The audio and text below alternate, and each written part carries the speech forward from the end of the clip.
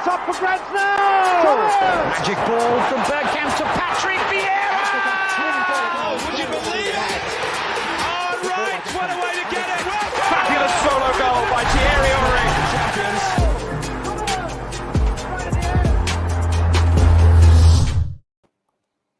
Good afternoon. It's a good afternoon. Finally, we've got a really good result to talk about. Before we go any further with that, big hello to all the loungers and also big up to my man Shaheen. How you doing, bro? I'm good, man. I'm good. I'm just, I was just over on Tom's channel. We were just talking about Arsenal. So, was you now? Yeah, you just over on Tom's channel. Well, big time now. Yeah, don't want to know me no more because somebody was not available. Let's not get into that. Oh, well, listen, I didn't want to say I was asked, and then you went ahead instead of me because obviously I was too hungover, and you done me a huge favor, so thank you. But I mean, you're just as good as me, man. So I'm sure he was happy to have you, bro. Just as good as you, yeah, I'm sure. Yeah, all good, no problem. I'm joking, man. I'm just saying, like I wouldn't have even mentioned it. It must have been a good show. I watched some of it. There was a lot of it was all right. It was interesting. Yeah, it was all right. We discussed quite a few things about the game. Yeah, it was good. Good. Okay. Well, I'm a bit hungover, so I need to keep myself hydrated. But right, let's get into it, man. Because you know what, I wanted to do this today because we haven't actually spoken about it. It was a good result. We usually do a match reaction, but obviously, that wasn't going to happen because I was out watching the game. I had a Christmas do. I was totally tanked up, so there's no way I was going to get back. And you had the same thing. So I want to talk about it today. Firstly, Arsenal 2, West Ham 0. Yeah, informed team. Somebody that's touted for what? Top 4 or top 6? And we were saying we wanted a performance that signified to us that we can beat the good teams. Now, albeit it was at home. However, it was the manner of our performance that I was impressed with in particular. So, I mean, looking at the lineup is pretty straightforward. With no real surprises at the lineup. I'm really happy with Martinelli because we were concerned that Martinelli might get dropped. I think in the predictions, who predicted Martinelli was going to get dropped? Was it you? Who was it? No, I didn't. So, it was Tom. Tom predicted that Martinelli was going to get dropped. And I think that he was going to bring in Saka, ESR, and Lacazette. But he kept Martinelli up there. So that was good. But anyway, what do you think of the performance, man? Because I haven't spoken to you about it, and I'm still buzzing about it because it was that sort of performance we wanted to see. And you can't even say we were lucky to win that game. We were on top of them. We were hurrying them. Our midfield ran the show. There was actually some good passages of players, some good football. I was actually, and let's not talk about the Martinelli finish, very Henry-esque as well. Yeah, it was. It was a very, very good performance. Okay. And it was a very good result. It was very unexpected because I personally thought that we would lose. And the reason being is that I didn't think that the manager would probably get the right tactics and the right lineup. But obviously I was wrong. And he got it right, and I'm quite happy that he got it right. Listen, the biggest thing for me was after all of these things with Aubameyang and everything that has been happening, right? The biggest thing for me was that the team turned up. That was massive for Mikel Arteta, and he needed that because to me it shows that probably there is not a rift behind the scenes. He has not lost the dressing room. And actually, I would go as far as saying maybe some people agree. Not people, some of the players agree with the decision that he's made. We all know Lacazette is Aubameyang's best pal at Arsenal Football Club. And he put a really, really good performance in. So this was pleasing on the eye. I'm quite happy with everything that unfolded with regards to Aubameyang, and I think everything is right, and I'm happy with the way they've done it. The other thing that in my view, he bring out Nketiah again. That is somebody who's openly said he's leaving, and still no time for Nicolas Pepe. Apart from that, it's going to be very hard for me to sit down and bash that performance or bash that result or the tactics. And you know, we've criticized, or I have criticized Mikel Arteta quite heavily in past. Well, you predicted another loss, didn't you? I did. And you was right the first time round, but yeah. But I'm quite happy to eat that humble pie, and I have to give him credit for when he achieves results and performances like he did. West Ham, I felt, were not that great, but that I'm not taking anything away from our performance. Mikel Antonio, I thought, was not the player that I thought would come in and bully our defenders. He didn't do that. You've got to give our defenders credit because they actually went for him a few times and they were physical with him and manhandled him. Yes, I'm not saying I'm not. I'm sorry, I am saying I'm not taking anything away from that result and that performance. But one of the reasons that West Ham didn't look good was probably because we were better. And I thought Thomas Partey played a lot better than what he's played before. Still a long way to go to the player that I expect. Granit Xhaka was okay. He had his customary moments a few times. Apart from that, I thought he was okay. And do you know what? I can see why Granit Xhaka, he plays under every manager. He has his moments, but I can see why he plays under different managers. So yeah, overall, very good result, very good performance. We have to now build on these things. You know, we have to now go and beat Leeds. Now, Leeds United, they're struggling with injuries quite a lot. So again, I'm expecting us to go and win. Right? Now, imagine, had we not lost to Everton, we would have been in a lot healthier place now in the table. And it's these unnecessary results that are Mikel Arteta's Achilles heel. That, you know, the losses at Everton, you know, these shitty results that not everybody's expected. But overall, I thought Martinelli was really, really good. I thought Lacazette was really good. Odegaard was okay. Saka was really good. Partey a lot better than what we've seen. Granit Xhaka was okay. I'm happy to see Xhaka is getting more minutes because when Partey leaves for African Cup of Nations, he's obviously going to be our main person in midfield, whether we like it or not, whether we want him to be there or not, that he's going to be there. And obviously, another clean sheet. And apparently, I mean, I didn't know this, but from the commentaries last night, they were saying that the last time we conceded a goal was in October at the Emirates. So I'm happy. I can't criticize. It's going to be very. It's not going to be right, or it's not going to be proper of me to now come and criticize that performance because there's not a lot to moan about. No, you're right. There isn't. I mean, end of the day, for me, the you mentioned a couple of the crucial things there, right? Firstly, how the reaction would be if there was a rift in the camp. Aubameyang would, I would imagine, being quite a popular guy. He is a popular guy in the camp, whether or not, you know, we agree with what's going on at the moment. The players do seem to like him a lot. He's got a lot of influence. If there was a rift, I agree with you. There would have been maybe a dud performance. So they would have been looking at Arteta and saying, you know what, don't like how you've treated our mate or our teammate, etc., etc. And they would have down tools. So that performance there says to me, you're right. I think the manager has got them playing for him. Now there's a couple of key things that people mentioned in the chat. I'll just very, very quickly say hello to a few of them. Alexander Klapoff, always here. Damien, pleasure to see you again, brother. I just want to give a shout out to somebody if I can, Lev. Yeah, of course you can, man. Who do you want to give a shout out to? Well, let me find him. All right. Oh, social DRG. I was actually going to bring this up. This was the very comment I was going to discuss. No, he came up with very kind words over in Tom's channel about. Oh, did he really? Yeah, about how we're doing, and we're doing really good content, and we should keep up. And thank you, man. Thank you, brother. It's we do the content, or we do what we do because of you guys. So, you know, me and Lev can pick up the phone and speak to each other, but we want to do it not because of you guys, with you guys, you know. So you come on a chat, so you say your things, and then we react to it. We say our things, and we're very grateful for your support. And we do read the comments. We do, and to prove that, Shaheen, as well. Yeah, this chap here, Fitzjoseph, he's always on, but he's also always in the comments. Yeah.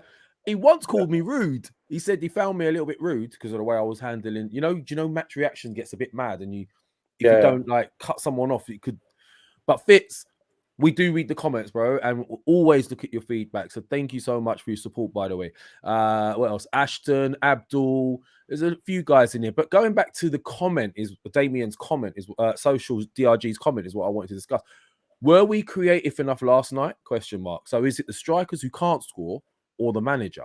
And that for me is a really good question, really, if you think about it, because what is going on? So wait, hold on. Since Aubameyang's been dropped, more positive performances. Seems like we're creating a bit more. We've got a lot more movement up top.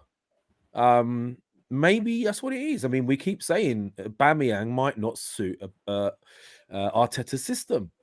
Aubameyang needs to be, for me, and people say, oh, he wouldn't play for City or he wouldn't get into City's side. But for me, Aubameyang is a City-type striker in the sense of they'll have 9 players controlling the ball and the game. And they just have one guy that is a finisher. Now, Aguero was better at the build-up, obviously, when he was there. But I still think he's not that, he's not suited to the way Arteta wants to play. But who stood out for you at the moment? And based on what Social DRG is saying, is it the manager? Is it the strikers that aren't scoring? Both, I think.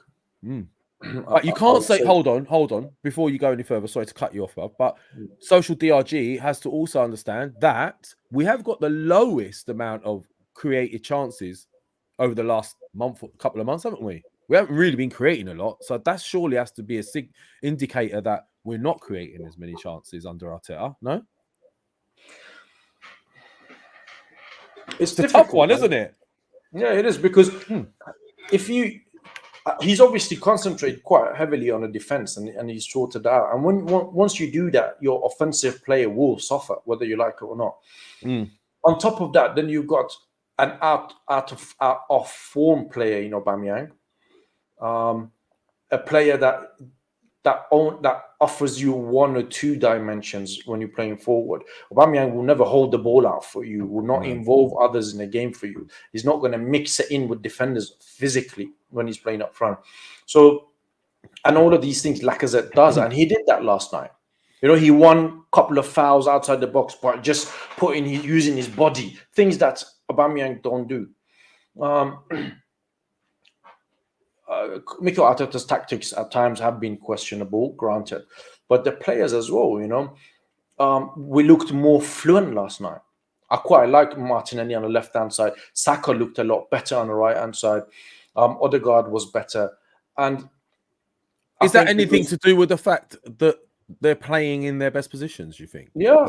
Of course it does. And also they're playing with somebody in Lacazette who can hold the ball up and brings others into the game as well. And that's something Aubameyang doesn't do. Aubameyang just receives the ball and he wants to you just need to play him through. He receives the ball and he scores. So I think it does have an effect. Losing Aubameyang, I don't necessarily think is a bad thing right now. I think he needs the rest. He needs the time away from all of these things, because he's been playing in a bad form for about a season and a half now. Yeah. So and it's going to be very difficult to keep Lacazette out of the squad based on what you saw last night and recent weeks. He's not. I saw you lot discussing Lacazette. Yeah. on Gooner Talk, and it was quite interesting because that you lot were posing the question, should he get a contract? Should we sell him at the end of the season? This, that, and the other. While you're at it, is he playing for a new contract elsewhere, or is he playing for a contract at Arsenal? He's playing. If he's playing for a contract, he's playing for a contract elsewhere. I don't think we should offer him a new contract. And I'll tell you, I'm a fan of Lacazette. Okay, I like Alexander Lacazette, but he's now been at Arsenal long enough and we have not seen the best of him, or the player that we hoped was signed. We've seen glimpses of what he can do, but recently we haven't. And Alexander Lacazette is in a stage and an age in his life that his next contract would need to be a big contract, because he's going to be his last payday. Okay. Now, the last 2 times that we offered that to a player to keep them in and make them stay, it backfired on us massively. Aubameyang and Ozil being the 2. So I think we should, if we are going to offer a big contract, I think we should offer it to somebody who's probably a lot younger, who will offer us something different, and will probably have a sell-on value, because Lacazette will not have a sell-on value, and I just think it's time for us to move on from that chapter of the club where we had a bunch of players who were underachieving, overpaid, not putting in the greatest of performances. And yeah, I don't really see, and to be honest with you, if we were going to offer him a contract, we probably would have done it by now. The fact that he's from a couple of weeks' time, he can start negotiating for free with other clubs, and don't forget, he will demand a big signing on fee, right? And he will demand a big salary because the club does not have to pay any transfer fee. So why should he now turn those two away on his last big payday and sign for Arsenal and stay on? Someone's put in here, it could go to Newcastle next season, right? Yeah, it could. Newcastle could end up with a strike force of Aubameyang and Lacazette next season. Like, seriously, because they will be available.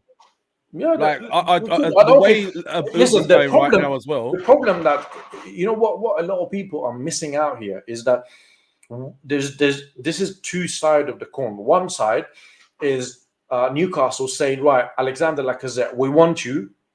Okay, we'll offer you £200,000 a week. Right, come, we're gonna make you the main striker to play with Callum Wilson. That's one side. The other side is, would Alexander Lacazette want to leave Arsenal, leave London, right, and go live in Newcastle and play for Newcastle? Because there's a big difference in living in London and living in Newcastle. And I don't think Lacazette will be short of offers in Europe or France. That is the problem Newcastle have. That a lot of players will look at this and they'll be like, I fancy going to live in Newcastle. The weather ain't great.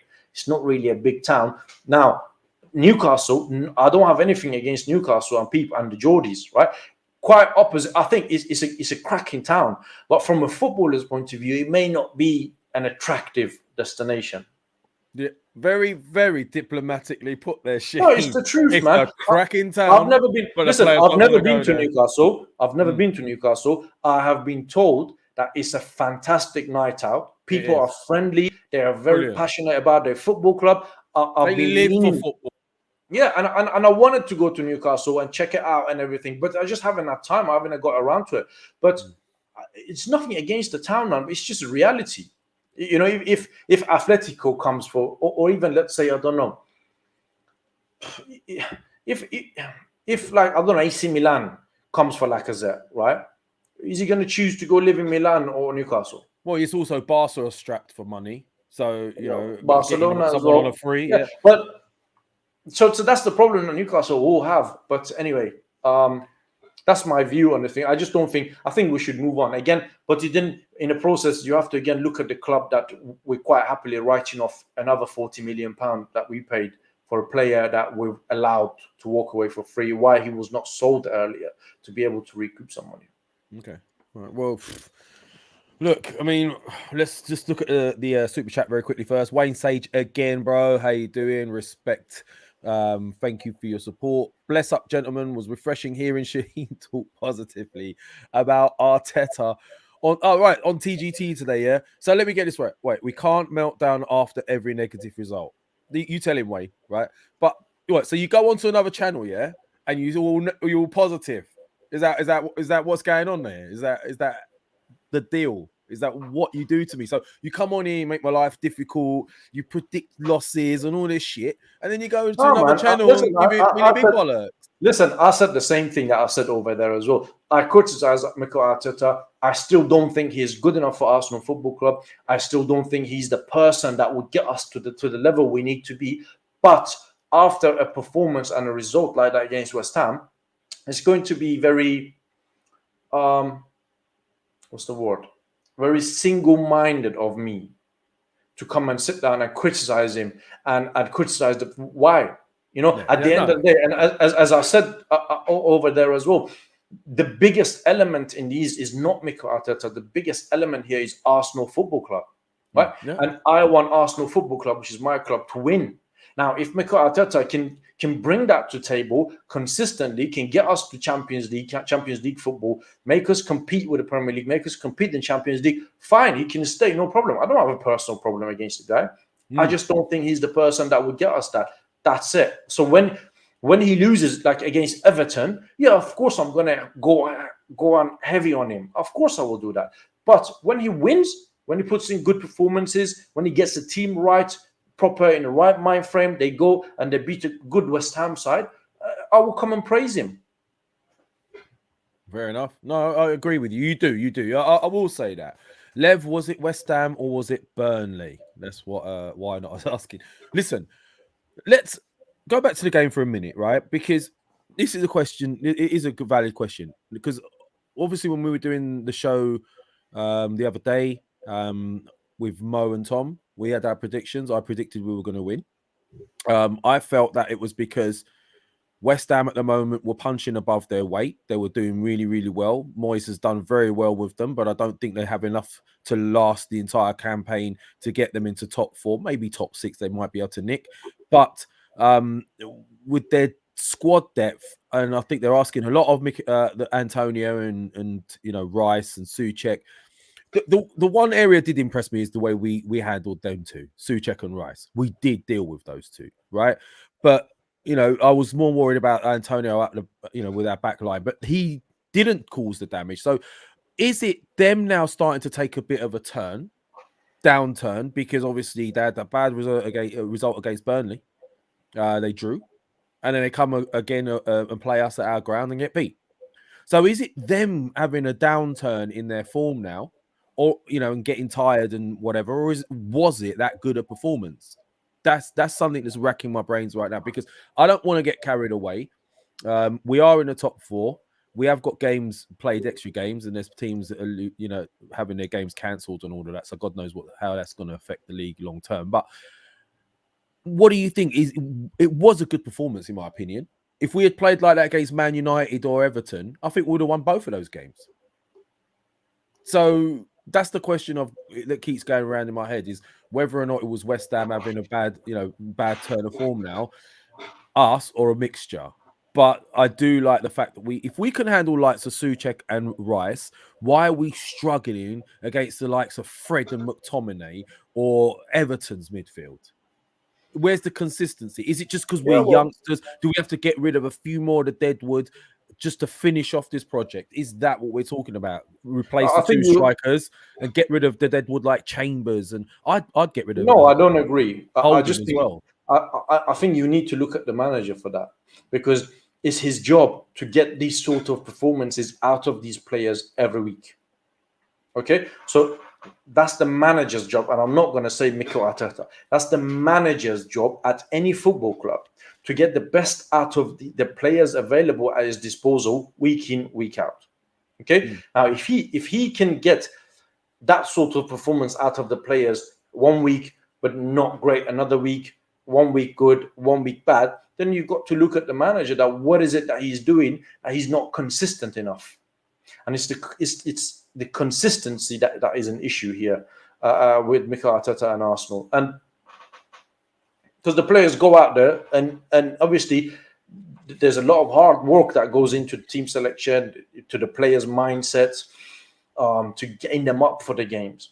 Now, whether this Aubameyang thing had something to do with this, and they all wanted to obviously make a point that we support the manager, or is it that Mikel Arteta and the coaching staff, they really went in hard on the players to get them up for the game, because they knew if they lose, everybody will go hard on them because of the Aubameyang thing and all that. I don't know, but it's the inconsistency that is a problem. And you've got to look at the manager. That why is it that he can get these sort of performances out of the players once he can't on arguably easier game? Because Everton away, I would say it was an easier game than West Ham at home, because West Ham, they were going on a decent bit of form. Yes, they were missing the 2 centre-backs, but they still have a good midfield.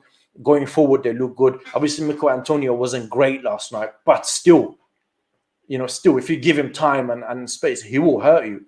So my view is that, West Ham were not great last night, but we were. We won the midfield battle. Going forward, we look good, we look fluid, and you got to ask why we can get these out of players some games, but we can't. I'm looking at a few more things in this chat. So what is this comment here? Arsenal Fan Circle channel. When we lose, it's on us. When we win, it's the other team. Bellends. Are you calling us Bellends? Can you sort of? There's another one I wanted to. Can you expand on that a little bit more? Because I don't think we're being inconsistent. So I'd like to know. Seriously, I would like to know. Also, this. Yeah, go on. There's another one you wanted to do as well. Go ahead. This one. Shaheen. The robots. The robots will eat you is another regular. Shaheen, you're just looking for a negative result to reinforce your bias. You are not open-minded. You know what? I'll answer this for you as well, Shaheen. I wasn't going to answer it, but hey. He's. Do you know what? Like, robots will eat you. I'll say this about Shaheen. He's very, very passionate Arsenal fan. He wants us to win. It doesn't make him feel good being negative about it. And I have loads of conversations with him off camera. And you know what? He just wants us to return to what we used to be. I would not say he's looking for... He doesn't want someone to reaffirm his negative bias to make him feel better over his desire for the club to do better. So I don't agree. Well, Lev, I haven't been negative today. No, you haven't. You haven't been. There's not much to be negative about from this. Exactly. So I don't understand frank and honest where is all of this coming from. Where you've got an agenda. I've praised Mikel Arteta. No, you do. You praise him when he deserves it, and you don't. Now, Maximus is the other one. Thank you, Arsenal Fan Circle channel. I wasn't being funny, by the way. I was literally asking. Maximus, stop. Look, he's come out with loads of stuff. West Ham were injury stricken. What top striker will be wanting to play for a novice manager in a club on a decline with no Champions League? Do you know what, Maximus? I understand some of the things you're coming out with, but like, come on, man, we're still Arsenal. Like, Liverpool went 30 years almost without winning a title. So, you don't suddenly become a club in decline because it's been 17 years. Man United went 20 plus years, 27 years before they won a title again. These things, it's not anything new. There's a fan in here that mentioned he was been a fan since 1967. Yeah. I've lost him at the moment. And it was said it was Arteta's the worst manager he's seen since 1967. But I bet you that same person will tell you that this is nothing new, Maximus. This has always been the case with football. It comes in cycles. 1 minute, Man United will be the team that's on top. Then they'll fade, and then it'll be Liverpool. At one point, Everton were challenging for titles. Do you see them challenging for titles anymore? Liverpool went 30 years. Okay, they won a couple of Champions Leagues in between, but they were nowhere near winning the title. So are they in decline now? Because they're not. It happens in cycles. We're not in decline. We're having a bad time. So I can't agree with you on that, bruv. Seriously. Come on now. Sure, he says Haaland definitely. Well, okay, all right. You're gonna go for the top highest bloody, the most sought after player. Yeah, okay, I get that, but it doesn't mean we still can't attract top strikers. I don't believe that's. Come on now. The only thing I agree to a certain extent with Maximus in this, right, is that I genuinely don't understand this story that some people say that what we should go for Haaland. Why the fuck would you come to Arsenal Football Club? Dude is wanted by the best clubs in the world. But we're not on those sort of levels. I see people doing photoshops with him next to Odegaard in Arsenal shirts. I don't know if you've seen these things or not. I don't know if it's banter, and I'm not getting it. But no, I think it's because Odegaard and him are besties, aren't they? I think it's because Odegaard and him are besties. So listen, if we were challenging and we were in that sort of arena, then we would have a chance to get Haaland because of that relationship he has. I still don't think so, man. Because I think so. If we were challenging, how much money needs to be dropped on him, and what sort of salaries he wants. No. Listen, this is dream world shit. When we do, he backfires. No, it's dream world shit. I know, right? But to pick the most difficult player to buy and use that as your benchmark as to us being in decline because we can't get the likes of him over people with ridiculous resources, Saudi oil and all this stuff. I mean, look, it's like saying a few years ago, oh, we can't attract the likes of Messi and Ronaldo. Well, not many people can, not many teams can. And you have to earn the right to attract those players. And the only way you earn that right is by winning things and being the best team. Yeah. Would Liverpool have been able to attract the likes of Haaland or someone like that 10 years ago? Hell no. It happens in cycles. And this is my problem with fans in general is I am losing a bit of patience. with some fans, not because I don't agree that they should have an opinion, and I don't agree that with a lot of their opinions, but at the same time, logic has to come into it. Everything happens in cycles. Football has always been this way from the time it started. In the 20s, we were the top 20s and 30s. We were the Man United of when Alex Ferguson was here, or we were what Liverpool are now. We're not anymore. We're in the 1990s and 2000s. We're not anymore. It will come back again. Our club is still a huge club. We can attract great players. We still do have a legacy, but first we need to earn the right to go for those types of players. I do agree with that aspect, but come on now, to turn around. Liverpool had Torres and Suarez without Champions League. What's in your tea this morning? Liverpool had Torres and Suarez without Champions League. Right. Maximus, with that comment, you're contradicting yourself, bro, because you're suggesting that if you're not winning the titles, there's no way you can attract these type of strikers. But then you turn around and tell me that Liverpool still managed to attract Torres and Suarez without Champions League. So which is it, bruv? Which is it? We can or we can't? We're in decline or we're not? You can't.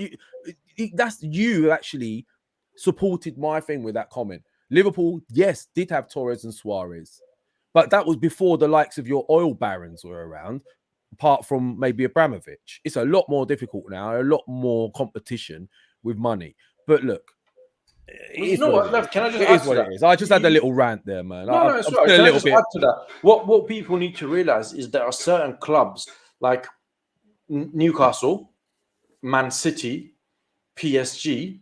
They are effectively backed by a country. They're not backed by a person or an entity. They're backed by a country. So when you see PSG dropping £300 million from Qatar a check to Barcelona, not a check, a bank guarantee for Neymar, it's like us paying like 30 quid, for a couple of drinks, because they're backed by a country. So these sort of figures, it's all right. They can digest this. And banks and stuff. And another thing he said is, but you've just said that Liverpool couldn't get the likes of Haaland when they were, back 10 years ago, whatever.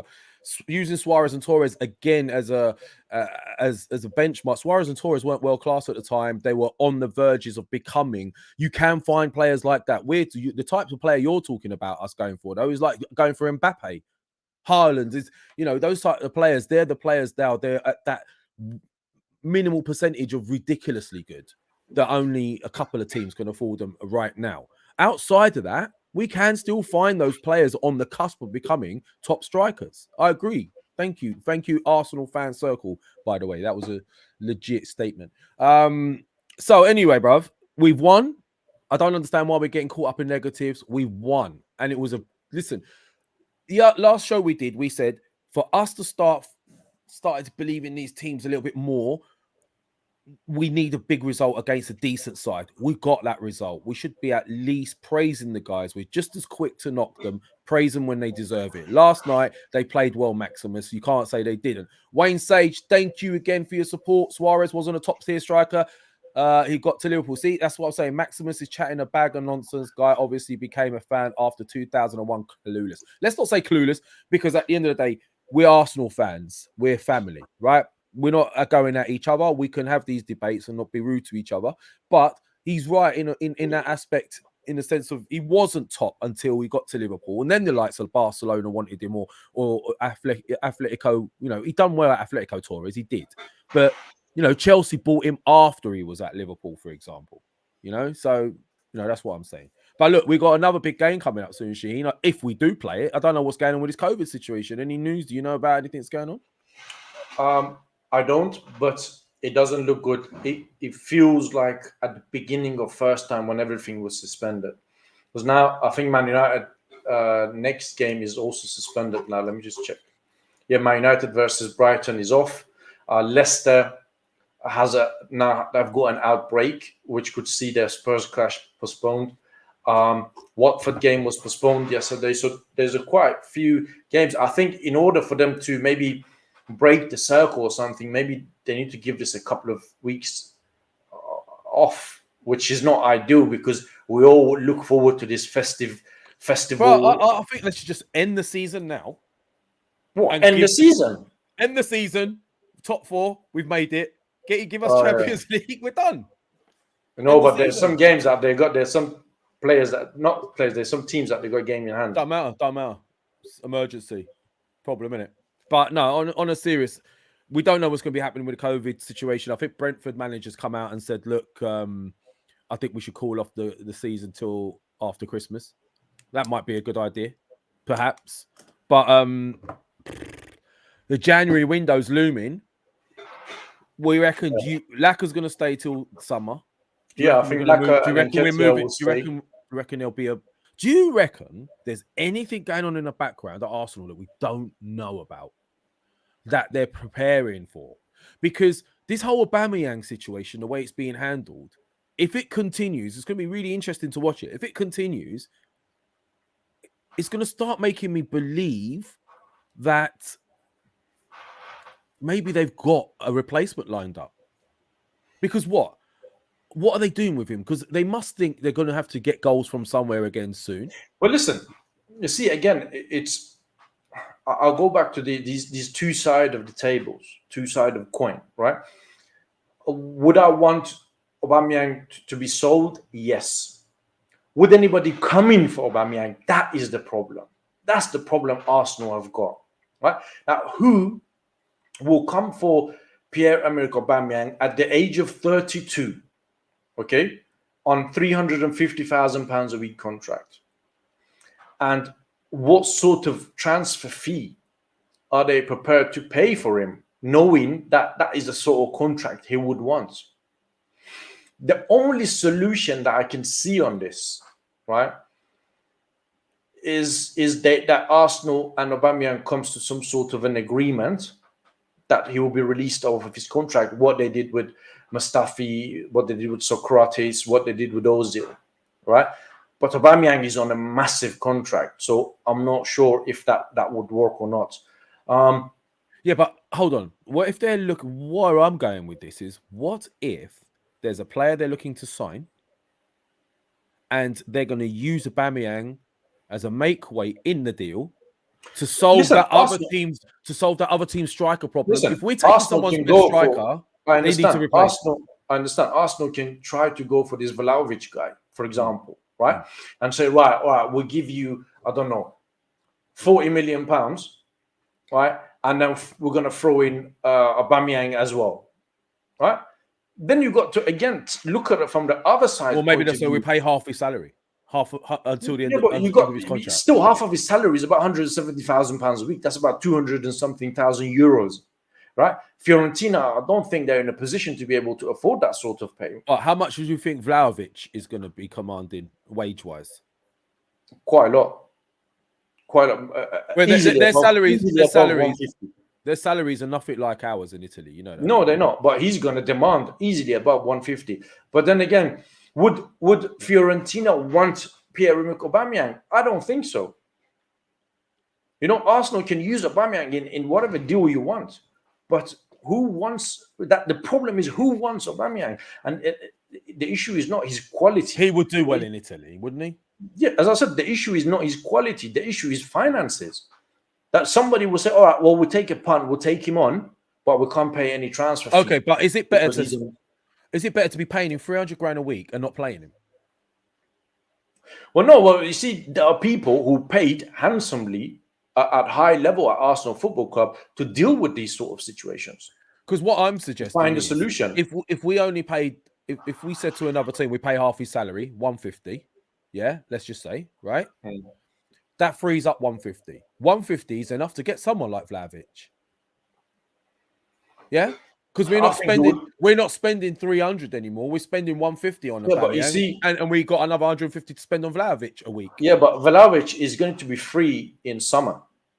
Okay, so again, it's going to be another Lacazette situation where Vlahovic will demand very high salary because you're not paying any fees. Now, let's say someone like PSG comes into picture. PSG will say, right, listen, we'll give you £200,000 a week. We're going to give you 5-10 million signing on fee. Right? Boom. Arsenal can't match that. Yeah, I hear right? that. Because they will have Champions League. Yeah, they will have Champions League football. They will have all sorts that they can offer him that we can't. Right? And again, I'll go back to my point. Dealing with Aubameyang is one side of things, Arsenal wanting to get rid.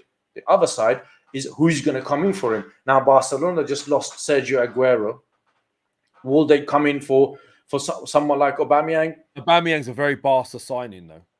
Well, maybe they will come for him, maybe. But then again, what sort of package they're going to come with? Because Barcelona are not exactly minted right now either. Would they come to Arsenal and say, right, listen, we're not going to offer you any transfer fee, and we'll take him off of your hands, but you've got to pay, 20%, 25% of his salary for the time that he's here. Something like this will get Aubameyang out of Arsenal, not a transfer fee and a straight clean break and going to a club. That's my opinion. Yeah, it's difficult to offload Aubameyang right now in general. Because of the financial status and the economy as it is right now. So it's very interesting. Do you think that's it for Aubameyang for the rest of the season now, and he's going to be frozen out like they did with? Because someone else asked us this on another show. No, I think frozen out like Ozil, or do you think he's going to slowly bring him back in? I think it will slowly bring him back in. If they don't sell him in January, right? He will slowly bring him back in. He will need to. At some point, he will need to. And listen, I don't want people to get it twisted with regards to Aubameyang, because I still think he's a quality striker if used correctly. But the problem we have is, one, does he fit the system that Arteta wants to play, whether we agree with the way Arteta wants to play or not? Is that what's preventing Arteta's system from working correctly because of Aubameyang being up top? One. And two, his problem is mental. So is he going to sort out his mentality anytime soon, or is that it? Has he got problems going on personally that we don't know about? I think Pierre-Emerick Aubameyang is now 32 years of age, right? He's not going to change the way he is. I've seen this picture going around. At the beginning, I thought it's a Photoshop. I thought it's fake. That he turned up in some sort of ceremony somewhere. It was like an award ceremony. And I think it was him, Mahrez, and Conte. When was this? I don't know when it was this or what ceremony it was, right? Well, this picture. Those two are wearing like tuxedos, like bow tie, everything. And my man has turned up in jeans. Oh, yeah, in jeans. Yeah. You see that? Like, bruv, like, you don't do these sort of things, man. Like, you don't, like, you don't pull a move like that. If you go into be a bit professional. If you rock up somewhere that is official with this, you're not going to command any respect from your fellow professionals, man. Have some respect for the thing that you're going to. Listen, I genuinely thought this was a fucking Photoshop, man. Well, look, I want him to come good. And maybe this is the kick up the arse he needs. Maybe it's also the kick up the arse the rest of the team needs, because they think to themselves, if Aubameyang's not safe, none of us are safe. The way it's being handled right now might be working, but I still have long-term doubts with regards to Arteta as the main man. But I think I do have this niggly thing that the two strikers need to be changed. There's a couple of areas that need addressing as well. We need a little bit more strength in depth, like we have in the left back area. We need that all over the pitch. So there is still a lot of work to do. So I don't trust the process, but there still is a process, because at the end of the day, he's not going to finish that process until he gets every piece he needs. And right now, Aubameyang's not firing. Is it his fault? But then you can't say it's his fault right now, because Arteta's taken him out, and the last two games we've performed better. So maybe he's got a point. If we continue to perform better without Aubameyang, one, it makes it even bigger problem for Aubameyang, and two, it starts proving that maybe that's the issue in this team, the way it's playing right. I believe this is what will happen. Because you think that's going to happen? Yeah, I think we're going to play better without Aubameyang. I think we do play better without Aubameyang. Look at last night, man. Which then indicates that it could be a type of player that we are lacking that Aubameyang isn't. Yeah, if Aubameyang was playing last night, Lacazette would not have played. Okay? He wouldn't have dropped Martinelli. He would have dropped Lacazette, and he would have kept Odegaard in there. And I just felt last night Lacazette offered us more playing in that position than Aubameyang, because there was a couple of times he used his position, he used his body, right, to protect the ball and draw in a foul. There was a couple of penalty shouts for fouls on Lacazette. Why? Because he's got that physicality that he would go in, he will mix it in with the defenders. Aubameyang don't do things like that. Yeah, and look, it's like, I do think the likes of Mikel Antonio, who really dragged West Ham through this season so far, along with obviously Rice and Souček. But Antonio up top sets the tempo. If you have someone like a younger version of him that's causing absolute menace up top, it sets the tempo for the rest of the team, because they see him doing it up in front of them. They all start doing it. Secondly, it gives the defenders no rest at all from the opposition, and they're constantly watching their back, like we do when we look at us when we were playing Liverpool and Man City. Our defenders were absolutely terrified of giving the ball away, and they did give the ball away because of it. So maybe it is a fact that Aubameyang just doesn't suit the way Arteta's going to play. Yeah, and maybe you will force the club in a way to do something in January. Did he not know this before giving him next contract then, though, as well?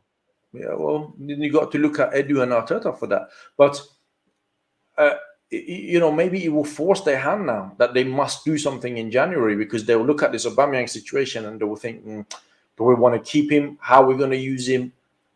If we're not going to use him, this could end up backfiring and disturb the dressing room. So let's move on. And in doing so, it will force them to bring maybe in a striker. Maybe you will go out and spend some money and bring somebody in. Well, listen, he's going to have to do something. And if he's not going to play him, he's going to have to do something in January. Someone has mentioned, by the way, that Vlahovic isn't on a free next season. Apparently, he's got another year left on his contract. I thought he's on a free next season.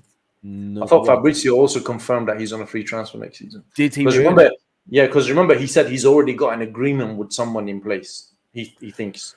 Well, look, if you're looking at conspiracy theory, agreement in place, someone's already signing the guy. Aubameyang's now being forced out, potentially. Is there something going on in the background we don't know? I don't think. I think you can only hope, innit? I'm only making. Yeah, I know, but I don't. I watched about 50, 60 minutes of Fiorentina's game against I don't know what team he was as well, and I watched him quite. I paid a lot of attention to him and his play. He's quick, he's physical. But he's quick for a big man. Yeah, he's quick, he's big, he's physical, he's quite different to what we have. But during that 50, 60 minutes, I didn't see something that would be like, I didn't see a Haaland type of player that I'll be like, wow, man, this guy is a beast, man. Whoever gets him, they're lucky. Good player, a lot of potential, but that's it, a lot of potential. And on that note, Lucas Torreira played really well. Really well. You see? And that says to me, why did we let him go and keep El Neni? Is El Neni better than Torreira? He's not. Not for me, he's not. Anyway, but anyway, it's old news now. So look, we're going to have to wait and see. I want to discuss the upcoming game as well, but we don't know if it's going to happen, do we? Really? No, I have a feeling. It is Leeds. It's Leeds away, isn't it? You were saying. Yeah, away? But I have a feeling it's going to get cancelled. Yeah, I have a feeling they will.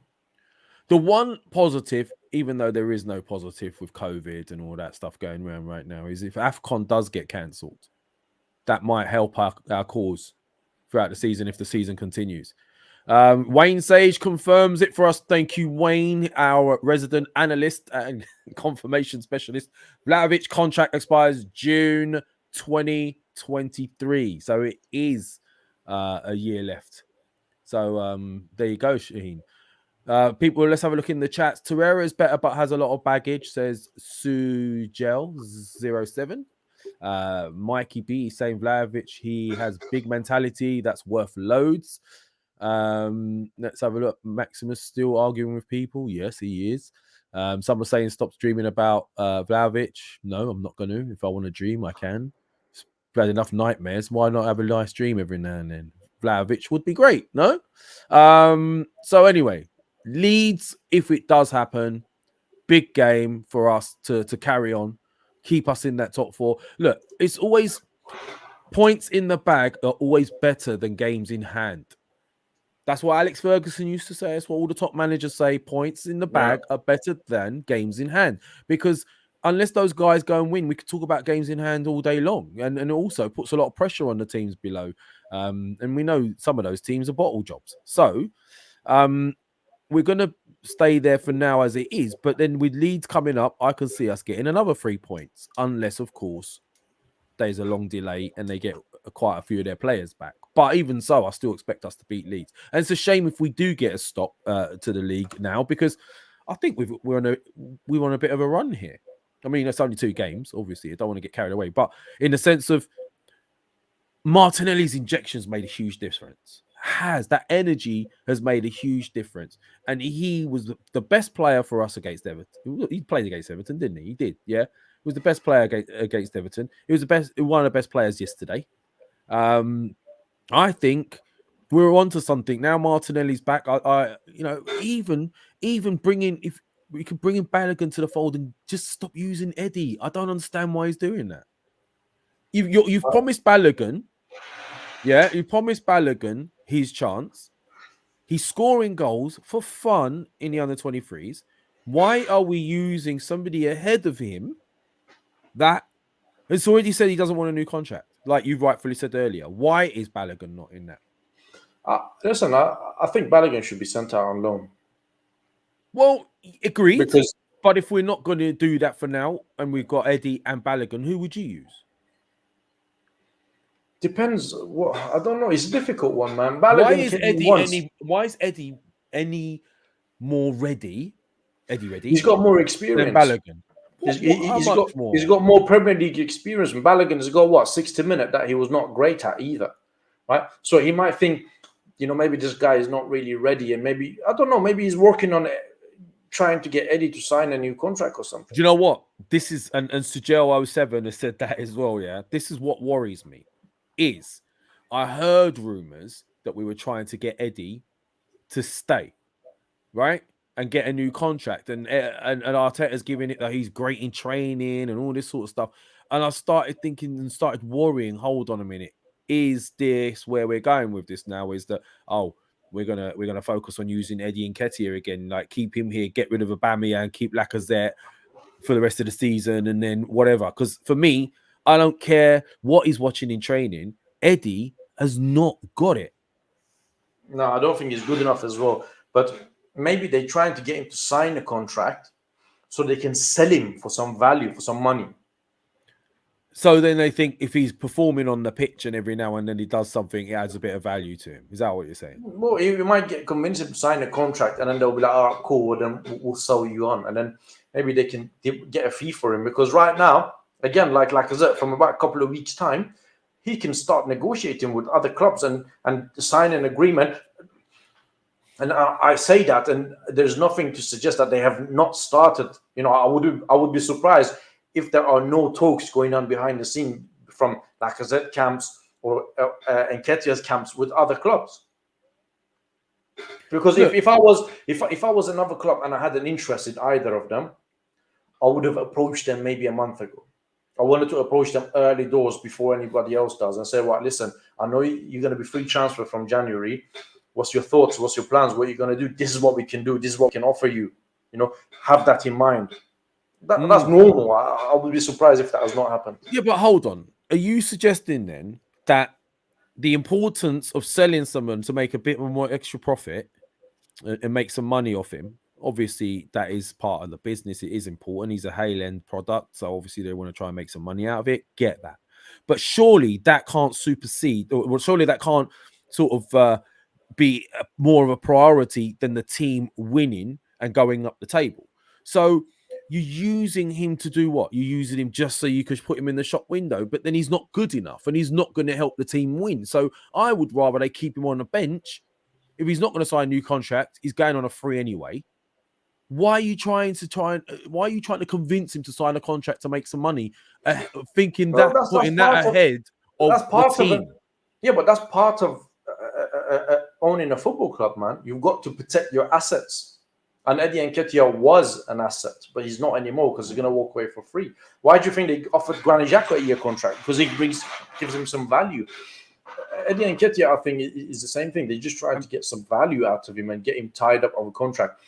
It's just part of the business, man. It's just how it goes. It's running a football club. It's not all about getting results, you know, this and that. There's a lot of things in the background that needs to be done as well. Players' contracts, protecting your assets, training ground, all of those rubbish, right? So maybe that's what they're doing with it, Eddie. And can I just put something on as well? Like these things, man. Like, you know. Oh, come on, man. He's caring about you, man. He's just worried that you look a bit flat tonight. That's all he's saying. He's not. No, but look at that. Surely you must be able to find some happiness from the performance. Maybe you're too hung up on dislikes for Arteta and Odegaard. Mish, Rob, why'd you go there, bruv? Like, I'm not gonna Mish, man. I'm not gonna even respond to that. If you maybe you haven't watched the show from beginning, go watch it. Ooh. Lucky he didn't get blocked. He must be in a good mood. And why not reckons Shaheen is a proper wheeler dealer, Trotter's global settings. Well, it's funny you say that. Why not? Because that's actually Shaheen's favorite program. I ain't even joking. I love Only Fools and Horses. Yeah, he does. He gets all these catchphrases from there. Yeah. So listen out for them during the show. You will hear a guy who wasn't born here. He's been here for a long time, obviously, but he was born in Iran, and he comes out with Only Fools and Horses catchphrases. So keep an eye out for it during the show. If you ever hear one, please in the chat let me know you heard it. Delwy State, lovely jubbly. There's one. We were planning to go for a Ruby Murray with Lev. Oh, here you go. He started dropping them for fun. Hey, don't do it like that. Could you just at least make it natural? Like everyone knows you're doing it because I've just said it now. So just hold fire. Yeah, but it's not something I would come out with. Be calm with it. Be calm. Oh, hold on. Everyone's mentioning the Pepe thing. Yeah, Aaron Ramsdale is going. Is Pep's Arsenal courier done, Lev? That's what Aaron is asking me, and a lot of people in the chat are asking about whether or not Pepe's courier is done. It's a tough question because I so wanted him to come good, man. But I'm gonna have to say I think it is. He infuriates me because he has so much talent, and you could argue that he scored some pivotal goals recently. When he was playing, he was scoring, but the problem is even when he was scoring, his performances weren't. He frustrates me because he does such basic things wrong, and he makes such poor decisions in the final third for somebody that can beat men for fun. Like he could honestly, he has ridiculous talent, but there's something about him that overall he makes really bad decisions. He really does. Like the final third. When I was doing a show earlier with Tom, did you do a show with Tom? Yeah, it's about the 10th time you mentioned it. Yeah, all right. There was an interesting point that was raised, and one of the points was that is Mikel Arteta feeling the pressure, and he's just thinking, I can't trust Nicolas Pepe to give me consistent performances. That's why he's dropped. Yeah, well, look, his job is on the line. Arteta's, let's be honest. Yeah,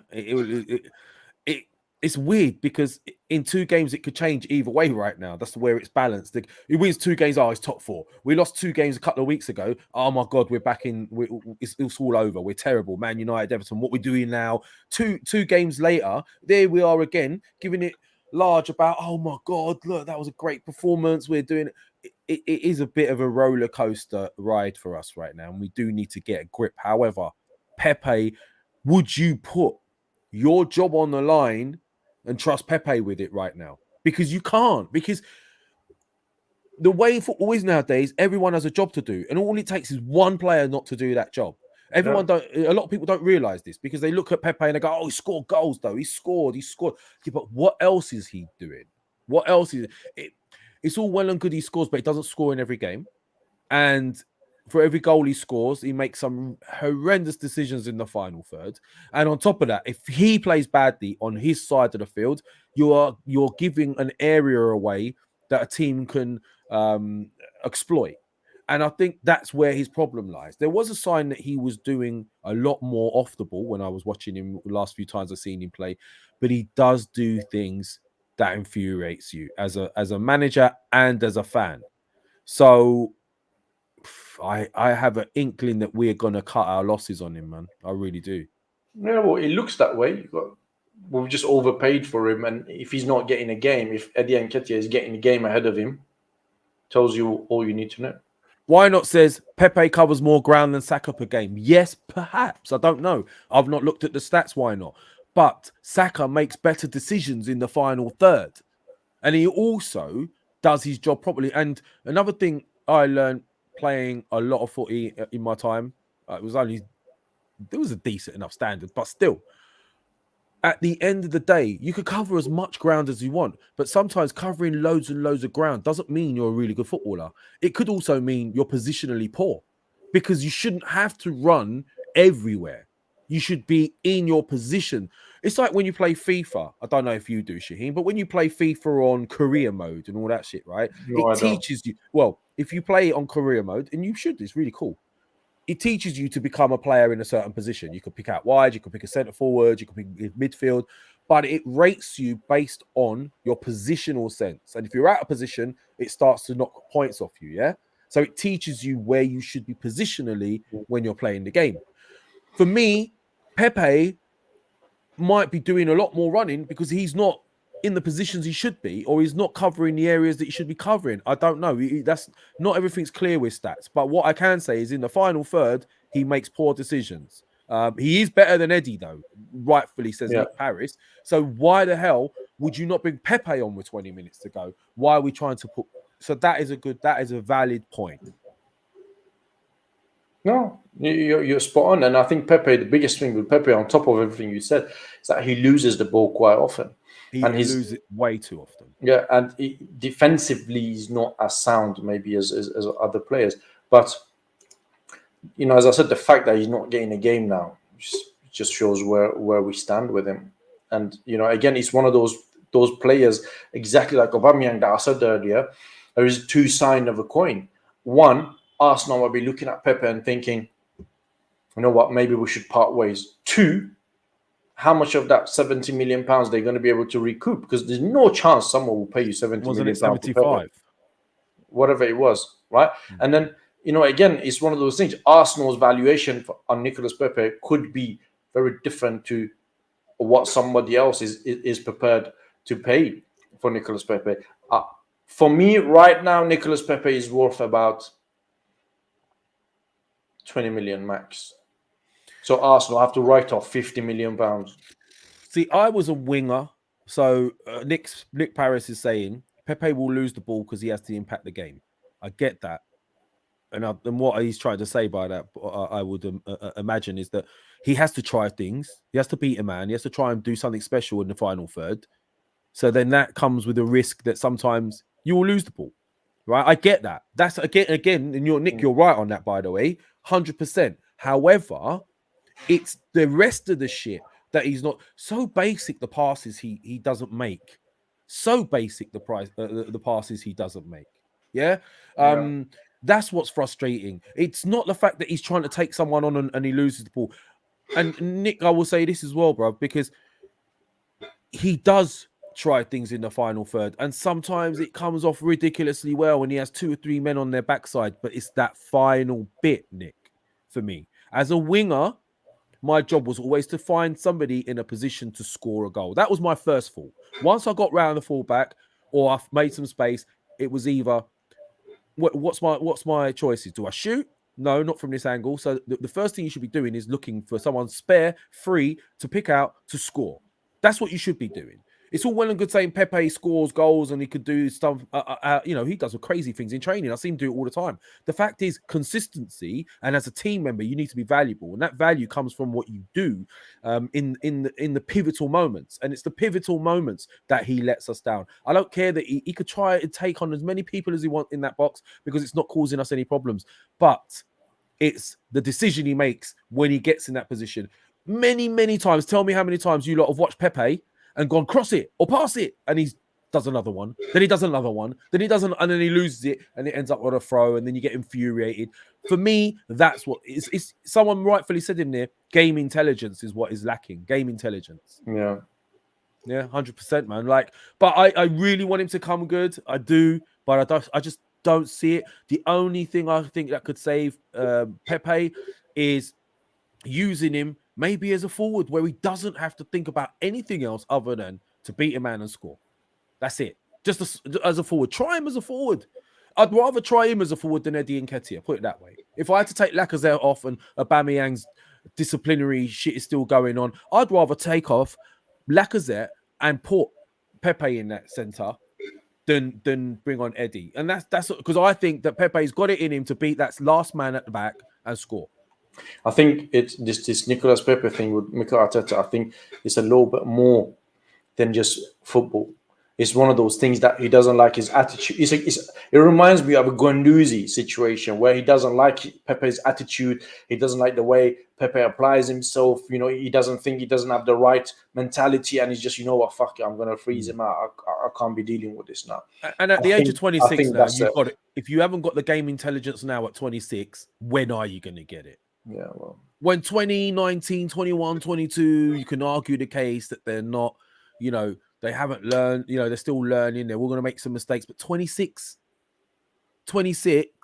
he should be on fire, right? He should be killing players for fun, fullbacks for fun. He should be scoring for fun. But Nick, man, thank you for your points as well. You had some really, really valid points there. I just wanted to, you know, get my point across as well, bruv. But, like, you know, I did want him to come good.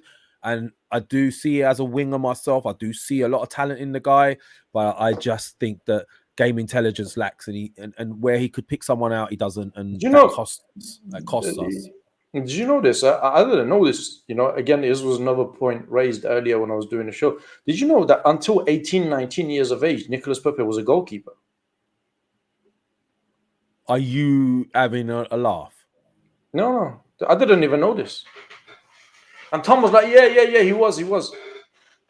Are they winding you up? So now on... This was... I was not even involved in that conversation. I was just listening to what they're saying. I'm going to verify this.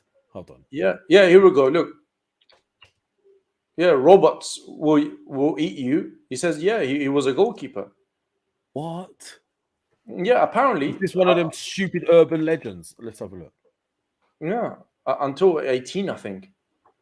You are fucking having a laugh. Yeah, here we go. Oh, no, it just was to do his valuation. Sorry, man. Sakoub. Sorry, I thought you were talking about him being a keeper. Yeah, he was keeper, man. He was a keeper until about age of 18. Wow. So he didn't even get... So he's been a winger for about 7 years. And we dropped 70 million pounds on him. Where have I been? Where have I been? Where was this news? Why haven't we spoken about this before? I didn't even know. So it's only these last 7 years based on his last 7 years that we've decided to spend 75 million on a winger over Zaha, who's been a winger or a footballer his entire life, and an Arsenal fan, and in London, and Premiership ready. If you had told me this before you asked me, I didn't even know that, man. Until I learned at the beginning. I thought they're just having a laugh, but then I was like, no, this is quite serious. It was a serious topic. And someone has come out. I think it's Sakab Sheikh has come up with something valid, saying that Pepe was not an Arteta or Edu signing, significant to recognize. Well, apparently he was not even an Unai Emery signing. Because remember, Unai Emery wanted Zaha.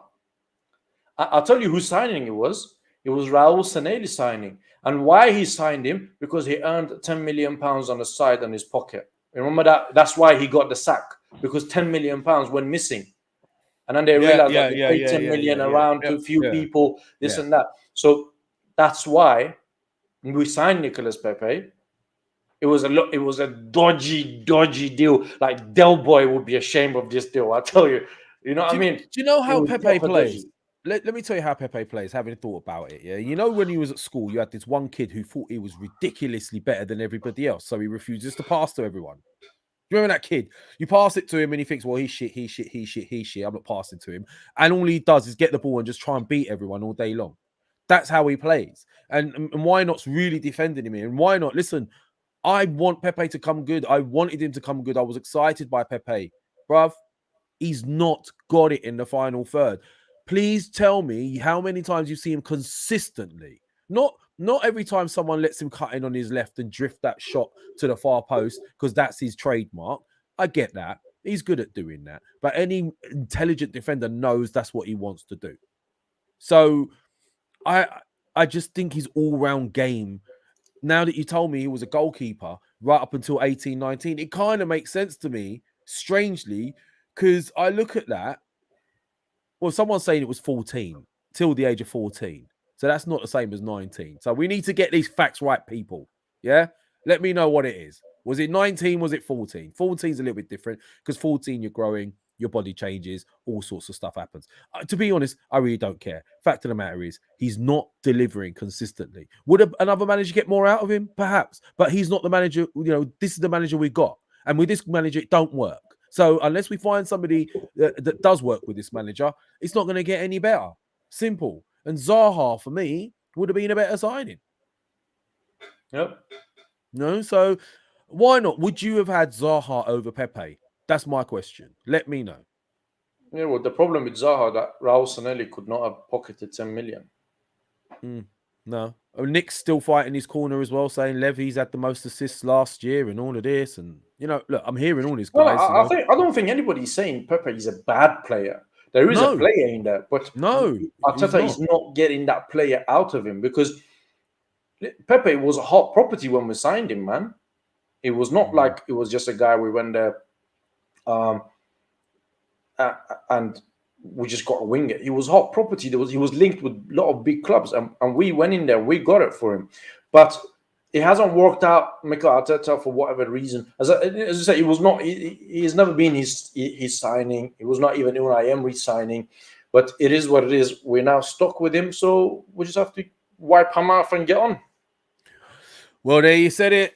We've got to just keep moving on, and hopefully we keep moving on strong. We've been going on for over an hour and 10 minutes now, an hour and 12, so we'll start to shut it down. Oh, before we do go, though, yeah? Shocker. Do you know what comment I'm going to bring up now, Shaheen? If you had to pick one of these comments, what would it be?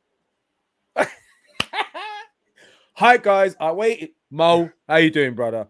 All right, guys, I waited for you last night after the match. All the best. Is there a link today or not to discuss the West Ham match? Respect, Mohamed Iraq. Look, Sorry, brother. Last night, me and Lev were both I was busy. Yeah, I was a bit... I went to watch the game, Mo, and I got a little bit tipsy. Anyway, so no, there's no link. That's all I got to say. We're just saying goodbyes now. Yeah, merchandise. I'm going to get some Mo merchandise with, is there a link on the top like that? Something like that. But he says it all the time. It just makes me laugh. I love the passion. But guys, we're going to start wrapping it up. Hopefully we got the Leeds game to discuss. Who knows? Keep an eye out for notifications. Please smack the likes, tap the likes. Even just press it with your finger nice and gently if you want. Just support us. All we do is just bring content for you guys because we love talking about the club. We love the club as much as you guys do. So smash the likes. If you haven't subscribed already and you're new here, where have you been? Subscribe. It's free. And if you want to talk about Arsenal, we do once a week. You can come live, no membership money and all that stuff that other channels do. You come on with us and you have a chat with us live. We drop the link. We're fans. We're not expecting membership monies and all this stuff for you to come and talk about our club and our game with us. It belongs to all of us. It's as simple as that. So, with all of that said, I'm going to start to wind it down. Shaheen, you want to finish off with anything? Anything you want to say? I see the board's back, by the way. People been talking about the board. Yeah, the board is back. Here we go. I'm just grateful for everyone's giving their time. Please hit the like button. We're just grateful for your support always, and we just hope that we can build this channel and just provide more things for you guys. That's all. We enjoy interacting with you guys. So I hope the feeling is the same with you guys. No, that's it. I mean, look, I love talking about it with you guys. I love your passion. I don't agree with all of you, and you lot all don't agree with us, but that's fine. There's nothing wrong with that. Yeah. So on another note, I will say this: I want Pepe to do well. I want Aubameyang to come back and score another 20 goals or 15 goals. I want all these guys to do well. It doesn't make me feel any good that someone's sitting on a bench or not being given a chance. So look, let's hope they come good. Let's hope they force our words down our mouths and make us feel idiots because they're so much better than what we imagined. But for now, we can only judge them on what they're doing right now. The rest of the team, however, brilliant performance against West Ham. Kudos where it's due. You've taken a lot of criticism from us when you deserved it. You also deserve a lot of props for yesterday's performance. So big up Arsenal. Come on, you Gunners. We're the Arsenal Lounge. See you on the other side. Peace out.